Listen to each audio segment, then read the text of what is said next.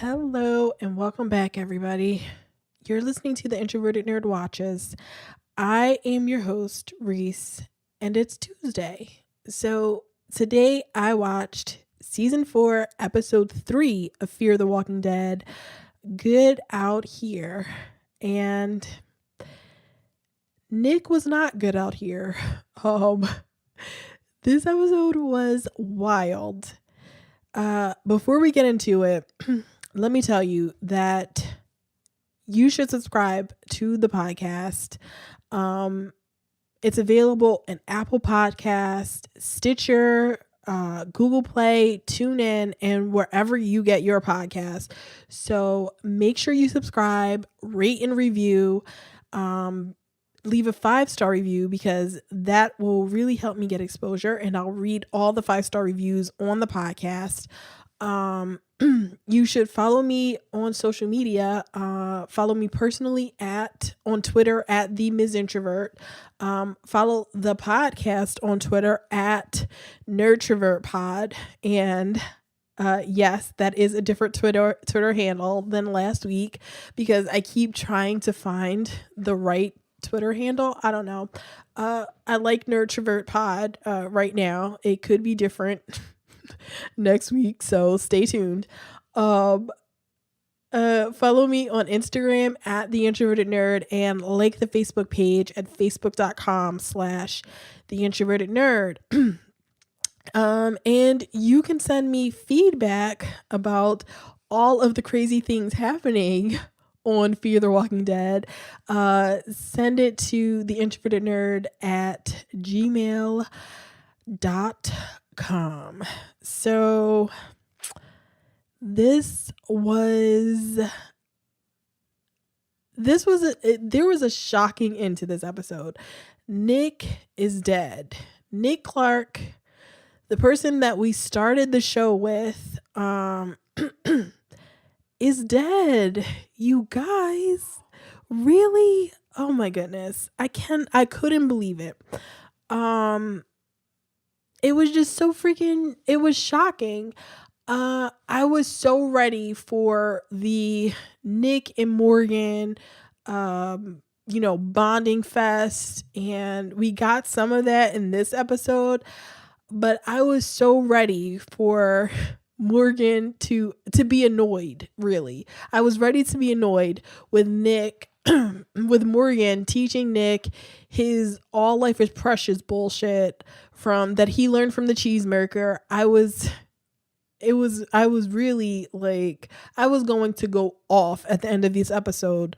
When Morgan gave Nick, his cheesemaker book and was telling him that all life is precious and they could talk about it. And then Nick up and died. And I was kind of sad, like, oh man, Nick. But then I was kind of happy because I was so not interested in Morgan's bullshit about his all life is precious stuff. So we dodged a bullet. I dodged a bullet. Nick had to take a bullet so that I could dodge it. And it's all about me. So whatever. Poor Nick though. It turns out the actor Frank Delane wanted to leave the show. So this is not a situation like Chandler Riggs where he was like unceremoniously fired or his contract wasn't extended or something like that. He wanted to leave the show.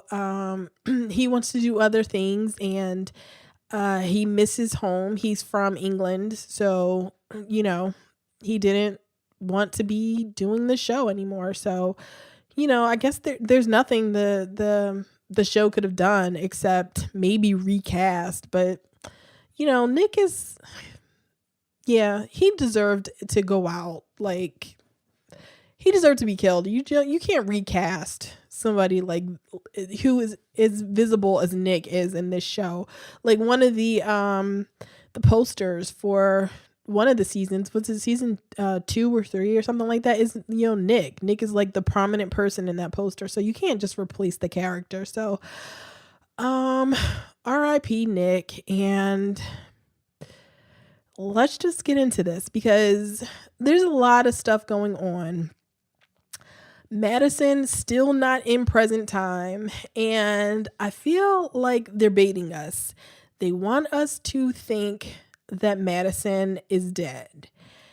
Um and this episode, if Nick didn't like, this episode was really adding to it because they were having um all of the flashbacks in this episode were of Nick and Madison. It was Nick having flashbacks to this one specific day with Madison. Um, so they want us to think that she's dead, which I was thinking, in the first. I was thinking in the first few episodes, okay, Madison is dead. They're going to do this big reveal at either the mid-season finale or in the finale where they reveal that Madison is dead. But now it just seems way too obvious that she's dead. So now I'm thinking there's no way she can be dead because it seems so obvious that that's what they want us to think. So I don't know. It's a toss up. Email me and tell me what you think because it's crazy, or tweet me. So should we start with the flashbacks? Let's start with the flashbacks because it's mostly Nick and Madison. And it's one day, like I said. It's they're burning, and they're digging up and burning, like everybody in the camp is digging up and burning all of the crops that were ruined by the weevils. But I don't know how long it's been since the vultures arrived. So they're still throwing this stuff away. They're still burning this the crops and everything. So I want to know how long it's been since they have been sitting out there in the front of the place, because Madison tells Nick that she's going to go on a run because they need to find more food, and Nick tells her that he's going with her. So I'm like, okay, this has to be some extended period of time, because in the last episode we saw that Nick drove out of the was driving out of the camp, and he was having PTSD flashes. He could not handle being outside of the camp. Even the 10 or 15 feet he made it from the front gate, he could not handle being out there. So, but he says to Madison, I want to go with you, and I'm like, wow, that's big. So when they're getting ready to go, they're driving out and Mel stops them, and it's just it's this really cordial thing they have going on. There's an undercurrent of, like, not menace, I don't want to say, but intimidation. I think there's an undercurrent of, like, intimidation with all of their interactions that we see. And the vultures are just dicks. They're constantly taunting, specifically Nick, but they're taunting Madison too. They say things when they see Madison and Nick go out, when Mel stops them, he's saying to them, it's not looking that good around here. It's just this constant, like, trying to psych them out is what I called it in my notes. It's like he's trying to psych them out. Like, if he continues, he's trying to break their will, is what I think he's trying to do, without being too overt about it. And he's telling Madison that there's not a lot of food around here anymore. You've been scavenging for a while. You haven't found anything. And she's like, we got this. We can handle this. Don't worry about us. You worry about yourself. And then he talks to Nick, and he's like, Nick, good on you for getting back up on the horse. And he's talking about Nick leaving the camp. And it's awkward because it's like, oh, he knows all this because uh Charlie told him, and they've probably been listening on the radio. So Nick is like ignoring him, and then he picks up the book that Luciana left for Charlie last week, and he says, you probably didn't know that Charlie doesn't read children's book, so here, you take this back, and he throws the book at him, and that's Madison and Nick drive off. But I'm like, they're really doing this. They're like really like having this back and forth about this little girl. And Charlie and Ennis are right behind Mel when he's talking to Madison and Nick. So they're in the camp when Madison and Nick leave. And I don't understand why Madison and Nick are so attached to this little girl, because when they drive off, they're talking, and Nick is like, she was never with us, was she? She was always going to go back to them. We never had a chance with her, did we? She was never going to stay. And Maddie's like, we'll get her back. And I'm like, what? You'll get her back? Why do you want her back? She's not related to you. She wasn't even with them that long, because we find out later on in the episode that Charlie was only with them for 2 weeks.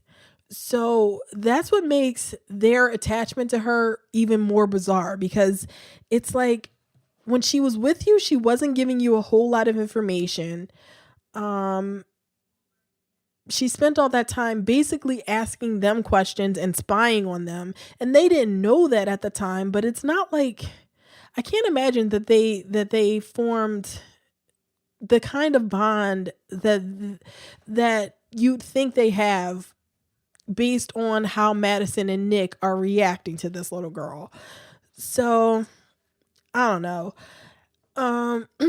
So during this, Nick asks Madison how she keeps going. How does she keep going when everything seems so bad?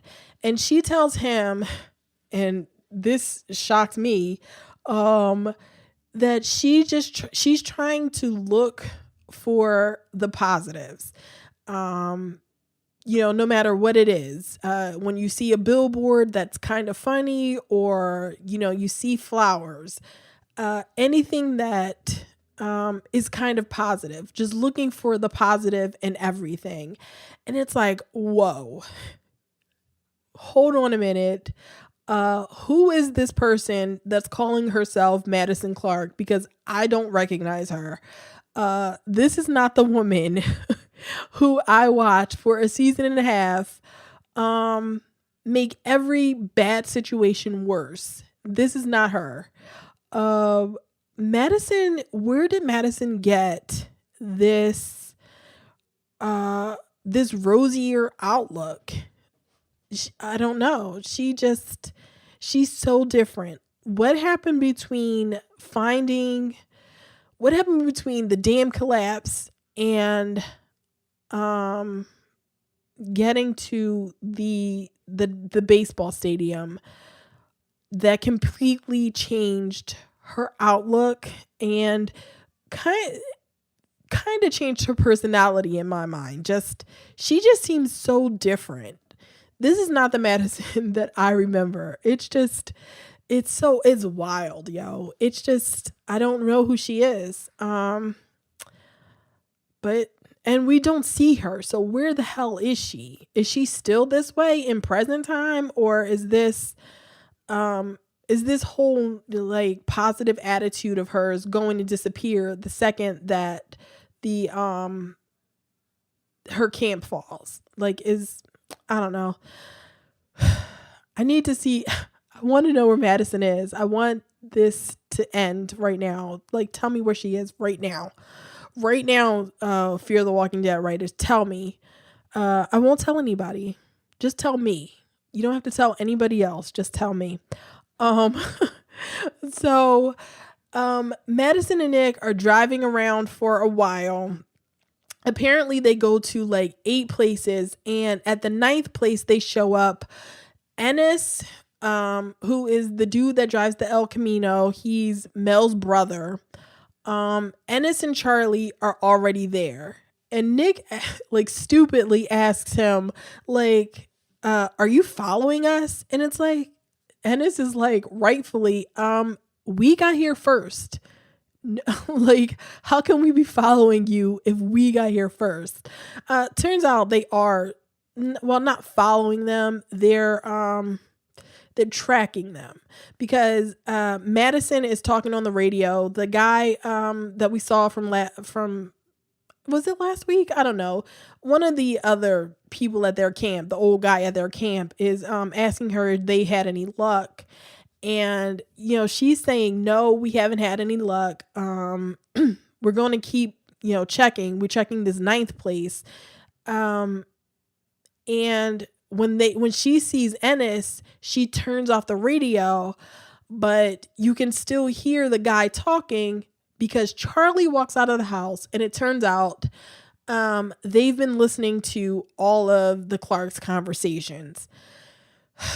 And it's like, really, Madison? Nobody thought that. Did everybody like not realize that Charlie was giving the vultures information over the radio? Like, why would you guys continue to use these walkie-talkies? I don't understand. It makes zero sense to me. It's like, of course. I mean, I knew that the vultures weren't as like, we're just going to sit around and wait for you guys to die, because that makes zero sense. I knew that it had to be more than just that. So I don't know if they went to if they stopped at every place that Madison and Nick were going before they got there, but they're at this house. They clean it out completely. And Charlie walks out.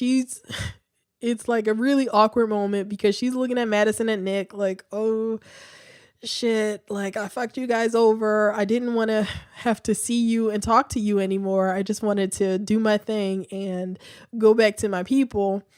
But Ennis is over there kind of taunting Nick. He's telling Nick, like, he's eating some of the food that they found, and he's telling Nick, like, we told you Charlie knew how to find a gold mine. And Nick is starting to talk to Charlie, and he's like, Charlie, you don't have to do this. You don't have to do this if you don't want to. And Ennis gets mad at that. He's like, hold on. She's not doing anything she doesn't want to do. She's here because she wants to be. Stop acting like you know her. She was only with you for 2 weeks.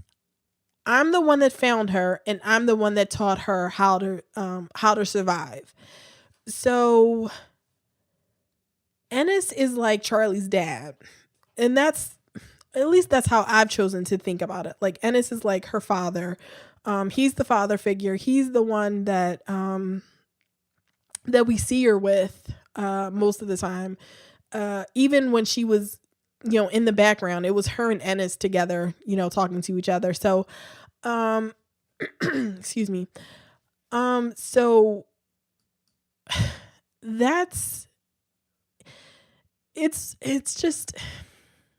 it's weird to me that these two grown ass men argue about the affections of this little girl. Like, Ennis is like, Nick is like, don't you really want to be with us, Charlie? I mean, he didn't say that, but this is basically how I'm taking it. Like, Charlie, these people are mean. Look what they're doing. Don't you really want to be with us nice people? And Ennis is like, hey, stop talking to my girl right now. She wants to be with us. Like, you don't know her like that.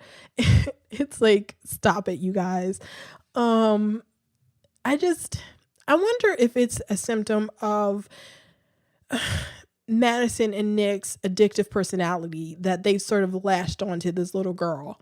I mean, and Nick seems a little more attached than Madison, but maybe it's just because I don't know. But Nick seems a little bit more attached than Madison. Nick seems a little more hurt by it than Madison. But they both seem committed to getting Charlie to be back with them. So it's like this custody battle over this little girl who's already decided where she wants to be. Um, and I don't get the sense that Charlie hates the Clarks or anything. I don't think that she took pleasure in sort of fucking them over. Um but I don't think that she was as attached to them as they seem to be to her. Uh she went in there to do her job and she did her job and they happen to be nice people. So, she didn't hate them, but I don't think she was very attached to them. She doesn't seem very like she was very attached to them. Um Especially since she's the one that kills Nick at the end of this episode. So even if she was kind of even if she did like them, she didn't like them after at the end of this episode. So Nick Nick is really riled up. Ennis says something else that fires him up, and he puts a knife to Ennis's throat and actually cuts him a little bit. And then, Madison has to pull him away. And Madison and Nick end up having a talk. And Nick is really beating himself up because he doesn't like the way he behaved in front of Charlie. He's mad at himself for losing it in front of her. And he says that he never he didn't leave the stadium, or he wasn't like confined he didn't confine himself to the stadium because he was scared of what was outside of the zombies. He stayed inside because he didn't like the person he became when he was outside. um which I'm like, okay, but you were having like flashes of what happened at the dam. Like he was having like legit PTSD flashbacks. So I don't know. I don't know. I don't think that really aligns. Um like he was legitimately um staying in because he couldn't get himself to leave, but he seemed fine in this episode. It didn't seem like a PTSD thing.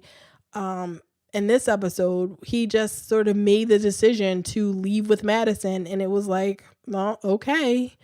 And Madison did make the comment when Lucy was telling her, like, isn't it weird that Nick won't leave? She says, you didn't see him when I found him. So it's like, well, I don't know. What was he like when she found him?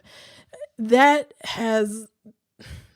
matters a little bit less to me now that Nick is dead. So I'm not really looking to get a bunch of Nick backstory.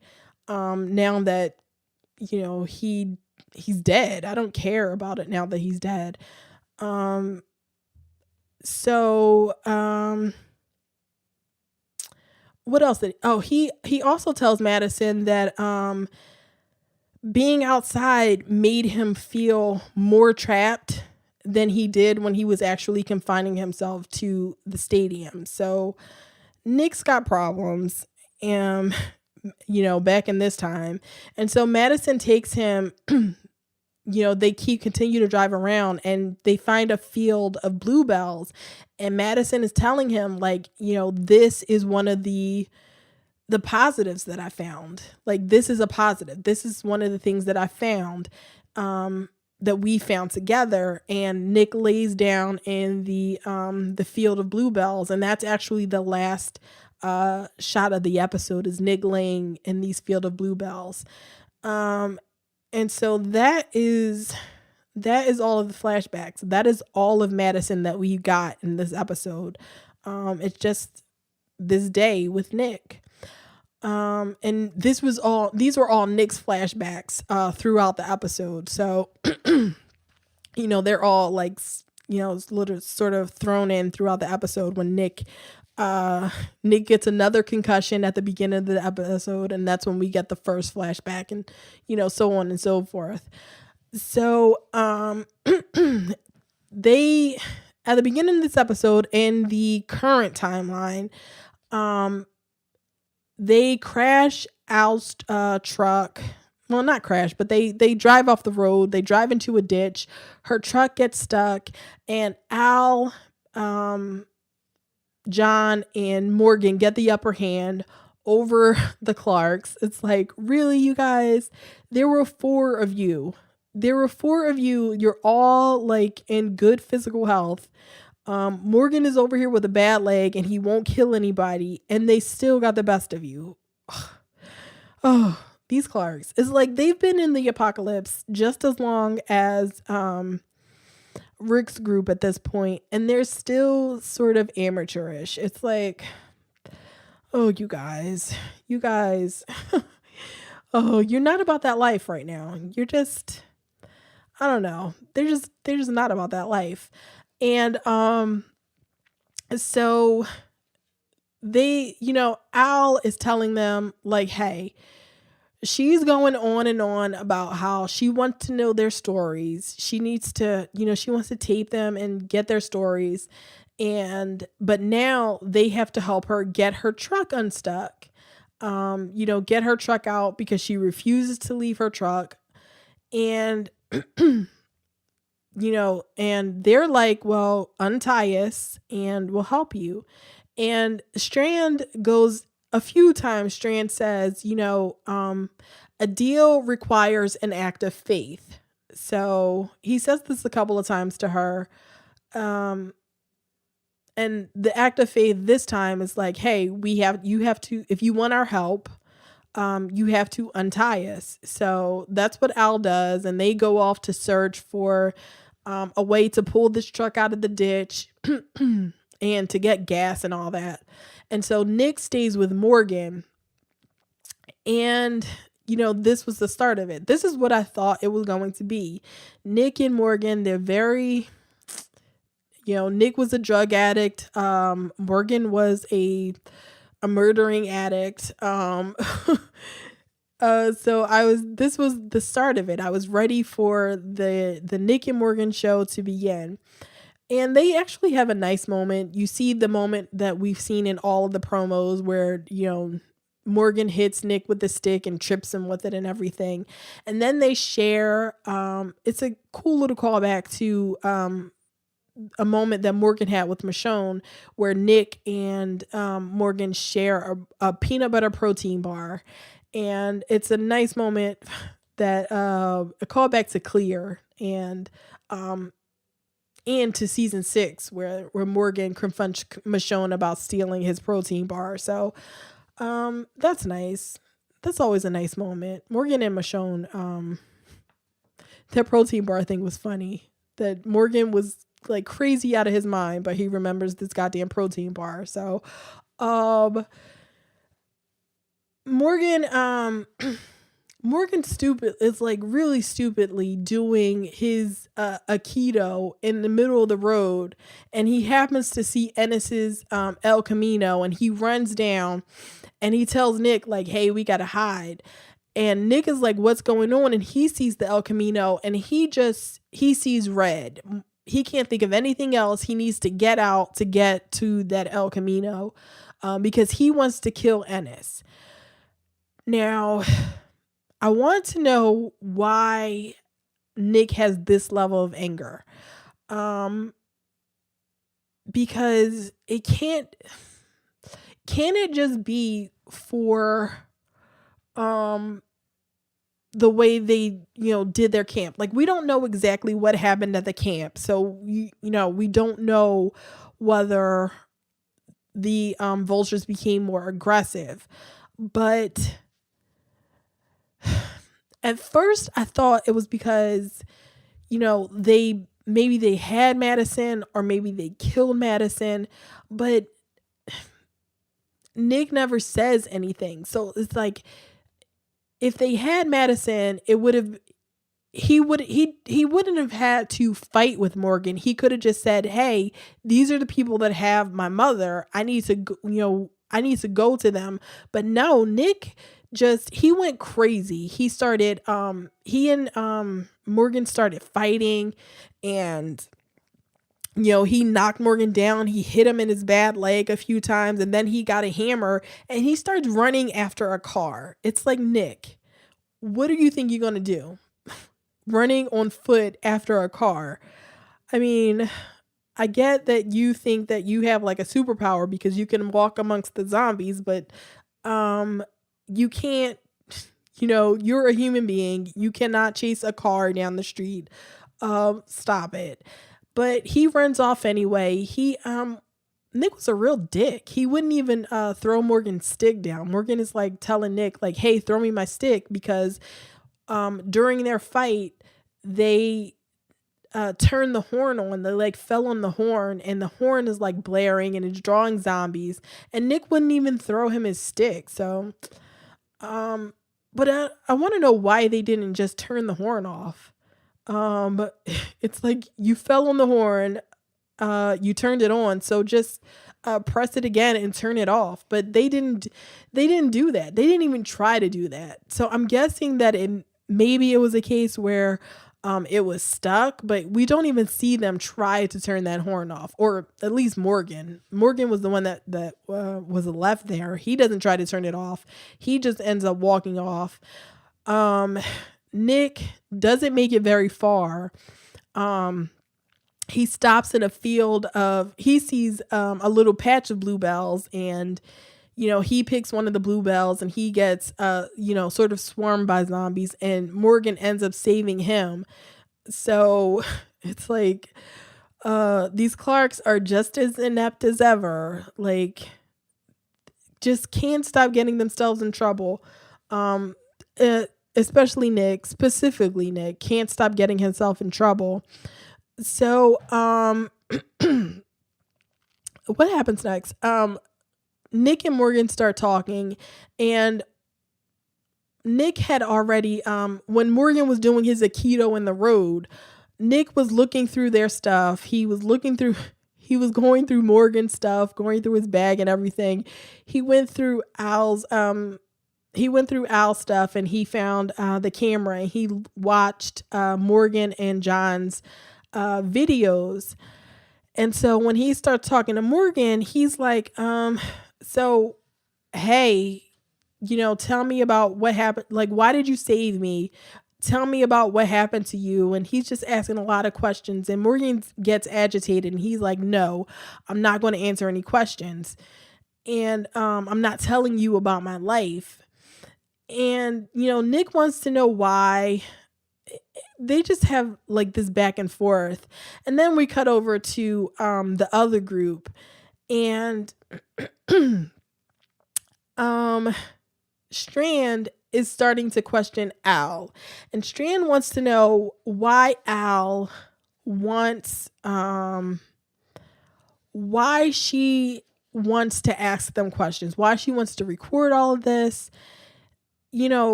He's puzzled by her. He wants to know why she wants their stories and why it matters if no one will be around to see all of this stuff. And Al, she does a lot of deflecting, and it's kind of annoying because it's like, why can't you tell them why you want to? I mean, obviously it's going to be something really personal to her, but it's kind of this, it just feels really repetitive, the way what she's doing. It's like, obviously your whole spiel is not really inviting people to do this, because John Dory is the only one that was sort of like, okay, we'll do, I'm willing to answer your questions. And it's only because he's been, he wants to talk to anybody at this point. He's been by himself for such a long time. He's happy to talk to anyone. So I don't I was really interested in her, in the idea of her and her sort of being the person that's recording history. But she's not giving a whole lot of reason for why this is what she needs to do, and why anybody else should buy into it. So she ends up telling Strand that truth matters, even if the truth is only seen by her. And it's like, I mean, okay, girl. And when Strand keeps pressing it, she deflects again, and she asks about a scar that he has on his hand, and Strand sees right through that, and he's like, let's stay on topic. Um Tell me why you want to do this. And I like that. I like that somebody called her on it. I mean, Morgan kind of called her on it, but he was not really interested in getting into like the nitty gritty with her. But I like that Strand is like, you know what, girl? I'm clear headed and I see right through what you're doing. I don't buy the bullshit. And and actually Lucy is says that too. She's like, yeah, this is really cute. She survived because she's a badass, but I don't buy into this bullshit about you're interested in truth. Like, come up with another story because nobody's buying that. And I don't really buy it either because it's like you're asking people these questions and you're like, who knows if they're telling the truth? She's asking a lot of personal questions. So um it's not a bigger picture thing. It's sort of all of these personal stories. So, who knows how much of it is the truth? How does Morgan's story, when Morgan is finally interviewed, he tells her about a king. He tells her about the kingdom and Ezekiel and his tiger. And it's like, who would believe that? Who would really believe that? Unless she's going to get multiple accounts that Ezekiel and Shiva actually existed. It's just a story. It could be some made up shit that somebody told her. So if you don't know what's the truth, then you're just recording a bunch of bullshit for people. But hey, if that's what you want to do, if that's how you want to spend your time in the apocalypse, that's fine, I guess. So once they get back to the truck, they see that it's surrounded by zombies, and they're worried about Nick, but Al and John is worried about Morgan, but Al is like, fuck this. I'm not going to find anybody. We need to get my truck free. And Dory is trying to talk to her like, hey, Morgan is out there. He's hurt. He needs our help. It's just a truck. And she's like, no, I have important stuff in there. I'm not leaving this truck. And it's like, wait, because I was really like, is there something really important in there? Does she have like some really serious, like important stuff that she cannot leave? Because it's not like the truck is going anywhere. They had to bring another truck in order to pull that thing out of the ditch. And it's surrounded by zombies.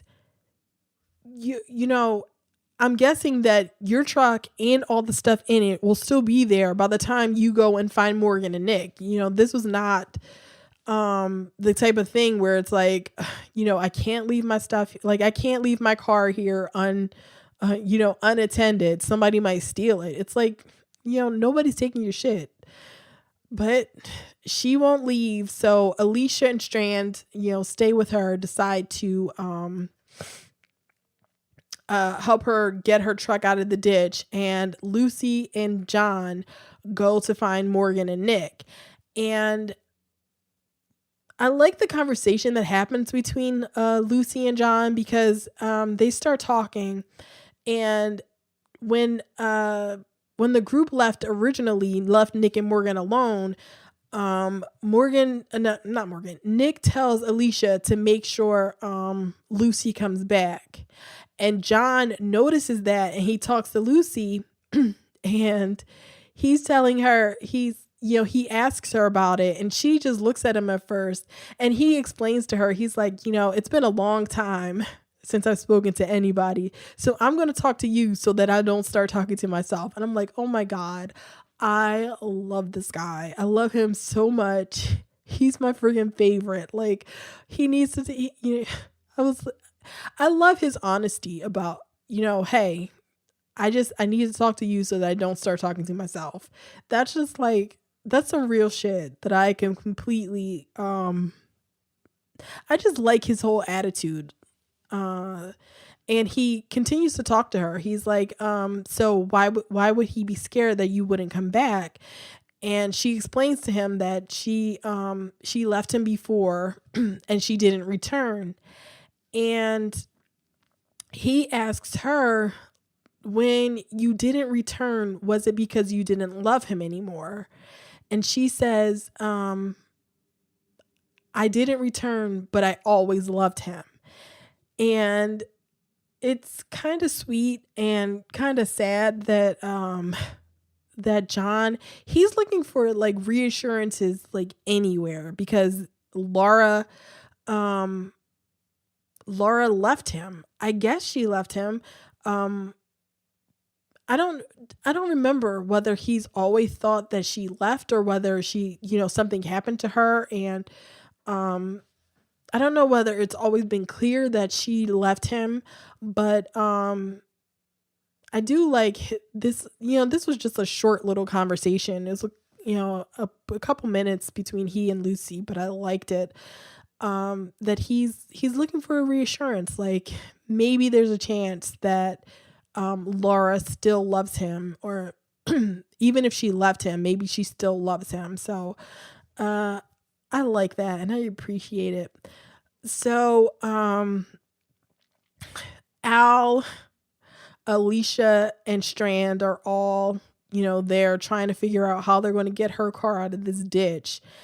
And she's like, she's just, she refuses to move. She seems like almost frozen there. Like she's not making a move to try to get her, she's not making a move to try to get her own truck out of there. It's not like she's doing something stupid, like running down to the truck that's surrounded by zombies, but she refuses to leave the spot. So Strand is like, okay, here's the deal. Here's what we're going to do. We're going to help you move your truck.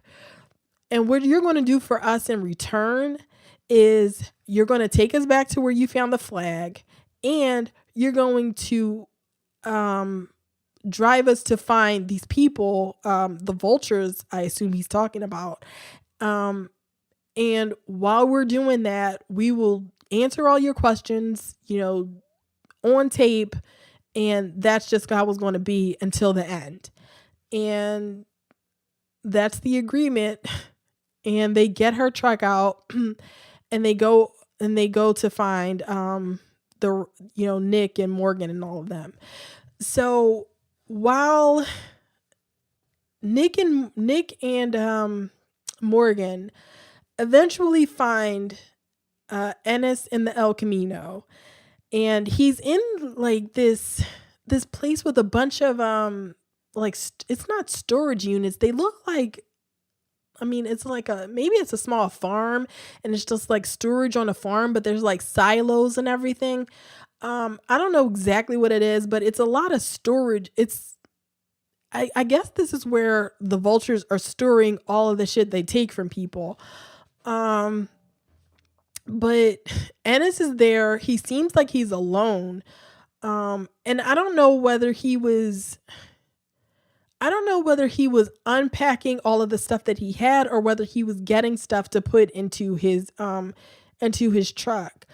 But Morgan is the one that sees him first. And he and Morgan just have this weird thing. They see each other, they look at each other, and it's just sort of like if two people were just walking down the street now. It wasn't aggressive or anything. Ennis tells Morgan, like, get out of here, old man. And that's when Morgan tells him, you need to go now.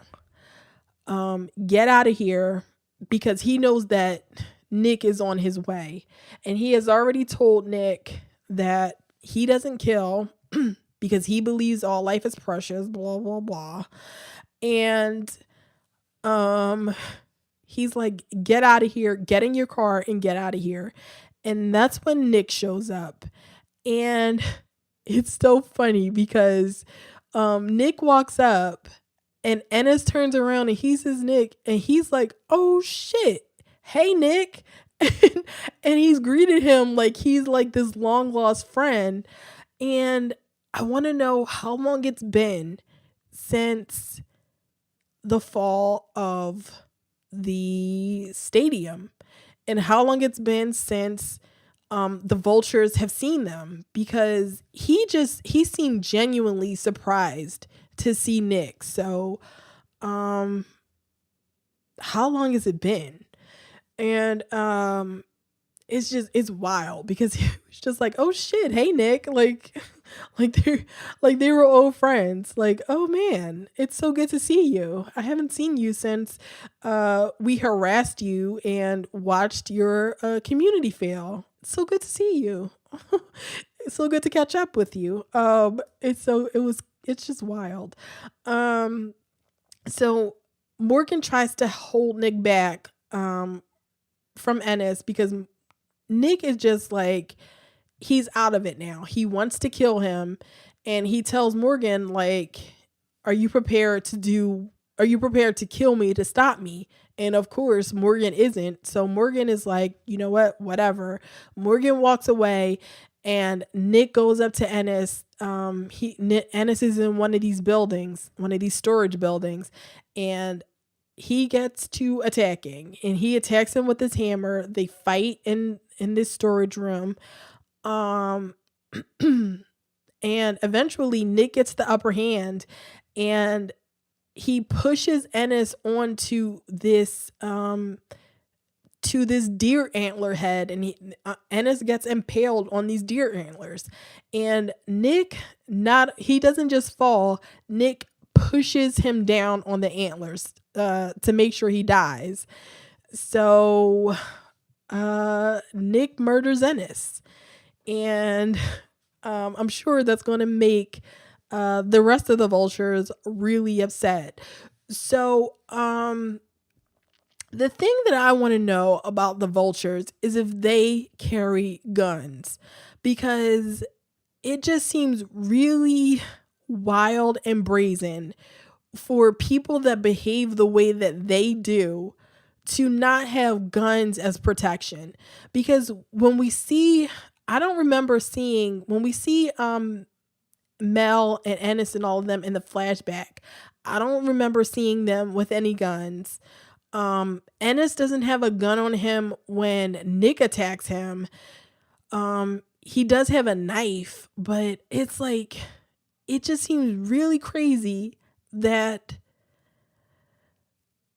people that live their lives the way that they do, the way that they go up to camps, the way they show up to camps with this like show of like force and intimidation with all these trucks, and sit around camps like waiting for them to die. It just seems so weird for those kinds of people not to have guns.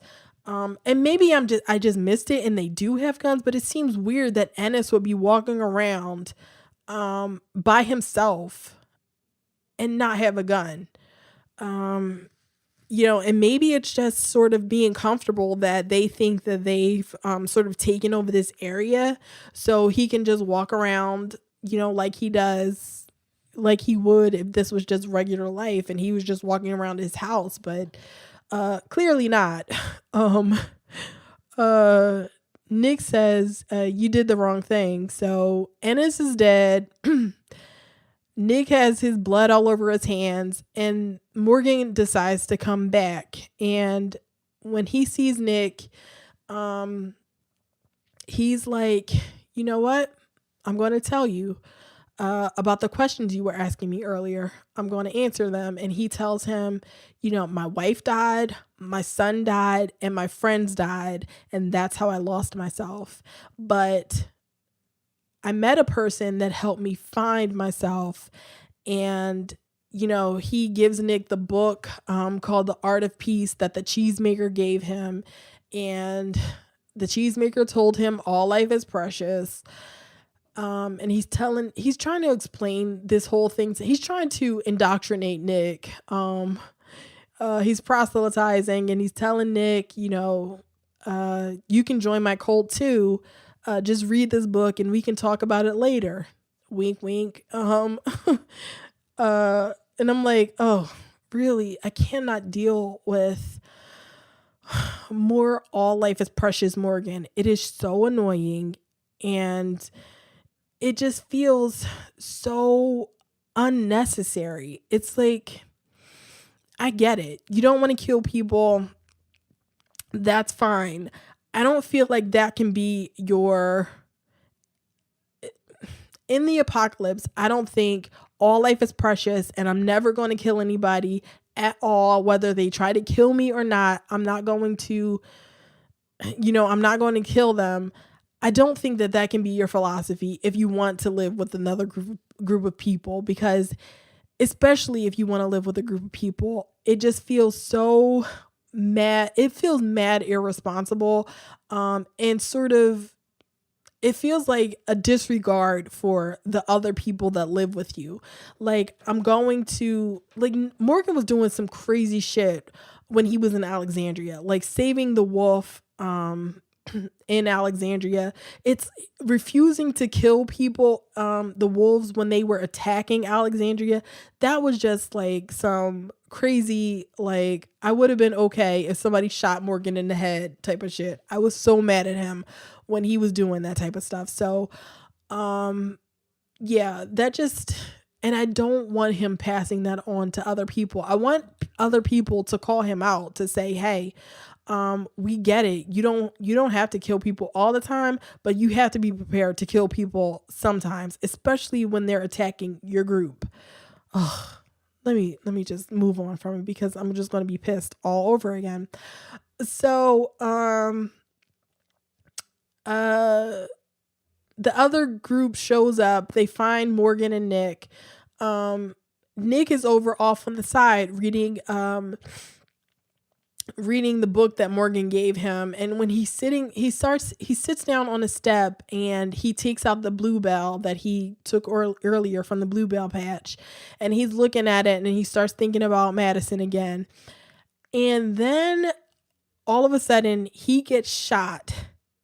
There's a shot that rings out, and Nick, you can tell that he's been hit, but he doesn't have like a huge reaction. And then he looks down and there's blood. He touches his chest and there's blood on his hand, and he looks back up and there is Charlie.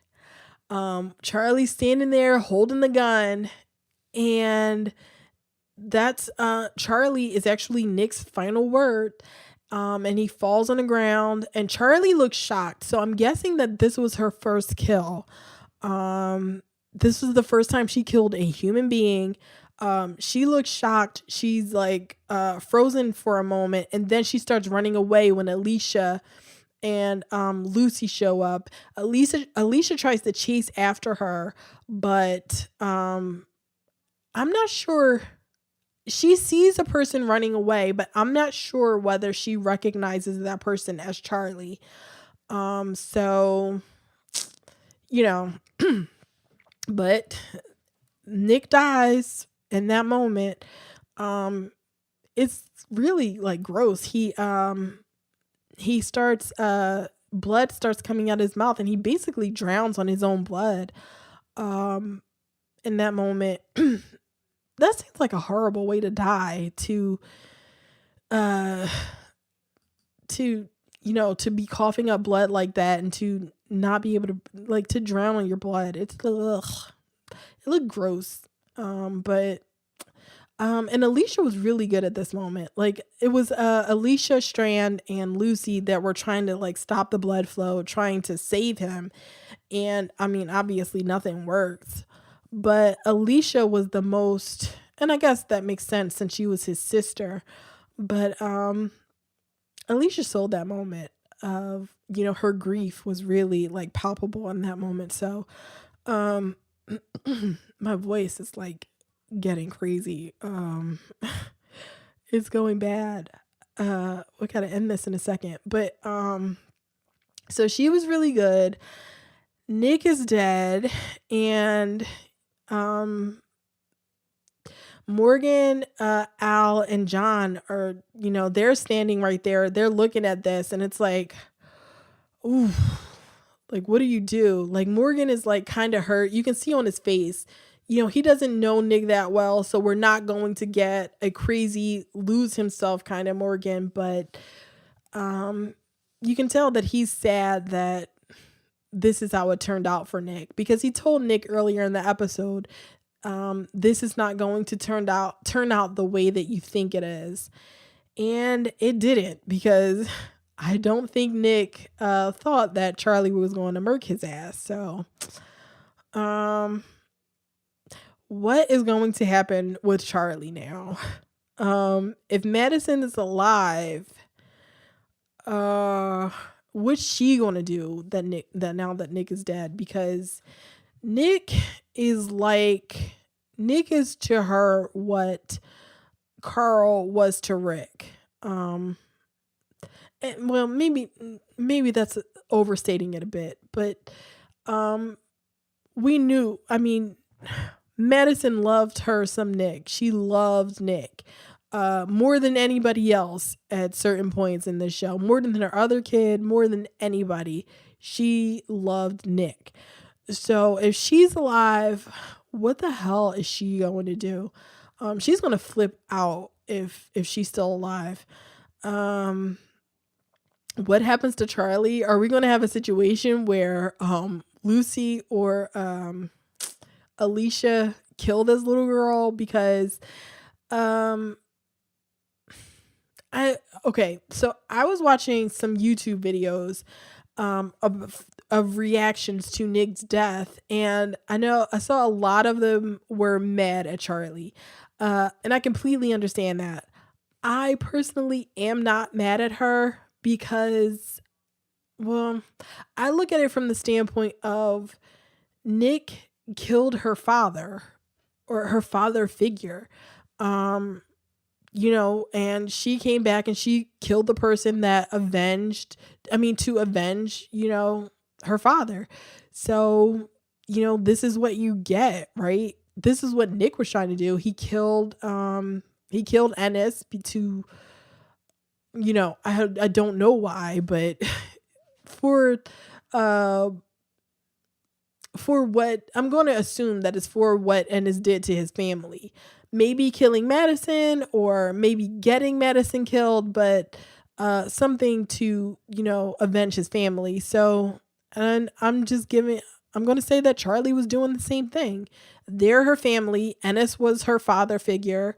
The vultures are her family. No matter how much, Nick and Madison dislike that, that's who they are to her. So, it is what it is. So I do want to know, what the hell are we going to get a look at the flowers moment for Charlie? Is Charlie going to be dead by the end of the season? I don't think she can come back to this group though. She murdered Nick. I don't think she can come back to the group and just, be the little girl that everybody takes care of. She murdered someone. She is, I don't know, that's apocalypse adult, right? Once you murder someone, you're an apocalypse adult now. So I don't know, some wild shit is going on. I want to know more about these vultures, because I'll say right now, they're a better version of the garbage people from The Walking Dead. They are more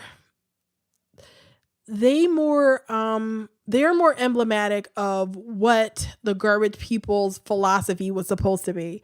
The garbage people were supposed to be the people that they don't bother. So, but turns out that they bothered a lot, and they took a lot. So they didn't live up to who they were supposed to be. But the vultures so far are the people that take and don't bother. The problem I have with them is that they aren't very scary right now. So I have to believe that there's more to them than they're just going to sit around and wait for this community to fail, because it seems so counterproductive to what they want. They if they want to take all of these people's stuff, it just seems weird that you would let them use up all of their supplies and then come and take like the crap that they didn't get a chance to use, or whatever. It just seems like not what you would want to do. But I'm willing to keep going with this, but um I do I need to know more about damn near everybody, especially Al. Where's Madison? Madison and Naomi, because Naomi hasn't been in the present either. So is Naomi dead? Did she leave? Is Naomi even a good guy? I know she did have like this sort of uh like a Carol feel. Not that she was like a badder woman or anything, but that she sort of had this like scared woman kind of thing, trying to survive type thing. So, you know, I don't. Maybe she's not a bad guy. I'm not a big fan of hers, but um, I don't know. And the preview for next week is Naomi. That's her name, right? I was calling her Dharma last week, but I think her name is Naomi. Naomi telling Alicia that they can't stay at the camp for much longer. So um I don't know, but Nick is out of here. And that's a big deal. Um I do want to know how that's going to affect things going forward. Um, you know, Lucy is back, but Lucy, the only connection I had to Lucy was the fact that she was with Nick. Um, so what happens to her now? Like, how is she relevant anymore? Um, maybe she's relevant because she's one of the only people that still goes on the Talking Dead. I believe, was she on for the last 2 weeks? Um, she's always on the Talking Dead, so um maybe that's why they'll keep her on the show. Like, she's one of the actors that doesn't mind going on the Talking Dead all the time. So maybe that's how Lucy will keep her job. Um, let me get out of here because my voice, my throat is starting to hurt. And so that is it, you guys. The next episode is on Throwback Thursday. It's Saved by the Bell, the Saved by the Bell rewatch. So if you're watching along, Saved by the Bell with me, the next episode is going to be on from Hulu is season 4, episode 1, The Last Dance. That's how it's classified on Hulu. Now, if you're watching it some other place, I don't know how they have it lined up, but on Hulu, it's this episode is titled The Last Dance. It's season 4, episode 1 of Saved by the Bell. So, follow me all over social media. I'm on Twitter, at the Ms. Introvert. And you can follow the podcast on Twitter at NerdTrovertPod. I changed my Twitter handle again. Until I find something I like, I will keep changing it. On Instagram, I'm at The Introverted Nerd, and like the Facebook page at facebook.com/The Introverted Nerd. And you can send your feedback to theintrovertednerd@gmail.com. So until next time, everybody, later.